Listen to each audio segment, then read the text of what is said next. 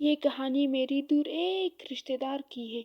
جب آپ یہ کہانی سنیں گے تو آپ اپنے ہوش و حواس کو بیٹھیں گے۔ تو چلیے کہانی شروع کرتے ہیں۔ اجوا اپنی ماں باپ کی اکلوتی بیٹی تھی۔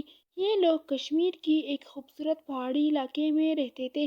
اجوا کی شادی اپنے کزن یعنی ماموں کے بیٹے کے ساتھ ہوئی۔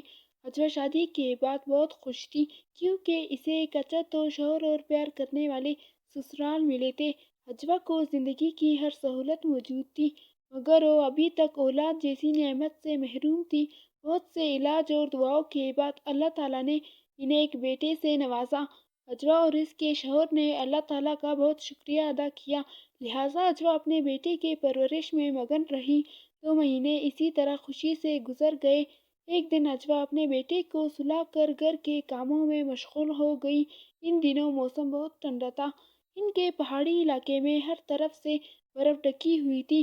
انہی دنوں ایک برفانی ریچھ اجوا کے گھر کی طرف آیا۔ اجوا گھر کے کاموں میں مصروف تھی۔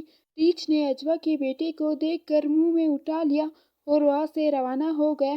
جب اجوا اپنے کمرے میں آئی تو اس نے دیکھا کہ اس کا بیٹا کمرے میں موجود نہیں تھا۔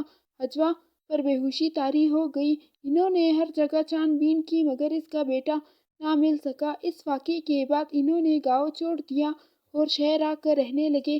1 سال بعد اللہ تعالیٰ نے انہیں ایک بیٹی سے نوازا۔ اجوا بیٹے کا دکھ بھول کر بیٹی کی پرورش میں مگن ہو گئی۔ دن مہینے سال اسی طرح گزرتے گئے۔ اب اجوا کی بیٹی 18 سال کی ہو گئی تھی اور وہ شہر کے ایک کالج میں پڑھتی تھی۔ اجوا کی بیٹی کا نام سارہ تھا۔ سارہ کے کالج میں ایک لڑکے سے دوستی تھی۔ ان دونوں کی دوستی شادی میں بدل گئی۔ شادی بڑی دھوم دھام سے ہوئی۔ شادی کے 1 مہینے بعد سارہ اور اس کے ماں باپ کو پتہ چلا کہ احسن اپنے ماں باپ کا بیٹا نہیں ہے۔ احسن اجنبی لوگوں کے ساتھ پلا بڑھا ہے۔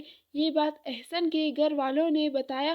اس کے علاوہ یہ بھی بتایا کہ ایک دن ہم ایک پہاڑی علاقے سے گزر رہے تھے تو ان لوگوں کو وہاں روڈ پر ایک بچہ پڑا دکھائی دیا اور انہوں نے اس بچے کو اٹھایا اور اپنے ساتھ اپنے گھر لے آئے۔ انہوں نے اس بچے کی دل و جان سے پرورش کی کیونکہ ان کی کوئی اولاد نہیں تھی۔ احسن کے والدین نے سارہ کے والدین کو ساری کہانی سنائی اور وہ علاقہ اور دن تاریخ یہ سب کچھ بھی بتا دیا جہاں سے انہیں احسن ملا تھا۔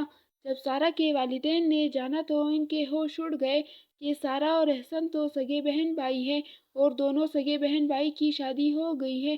جب احسن کو پتہ چلا تو وہ اپنے کمرے میں گیا اور دروازہ بند کر کے اپنے اور سارہ کے اوپر فائرنگ کر دی اور یہ کہانی ہمیشہ ہمیشہ کے لیے ختم کر دی گئی۔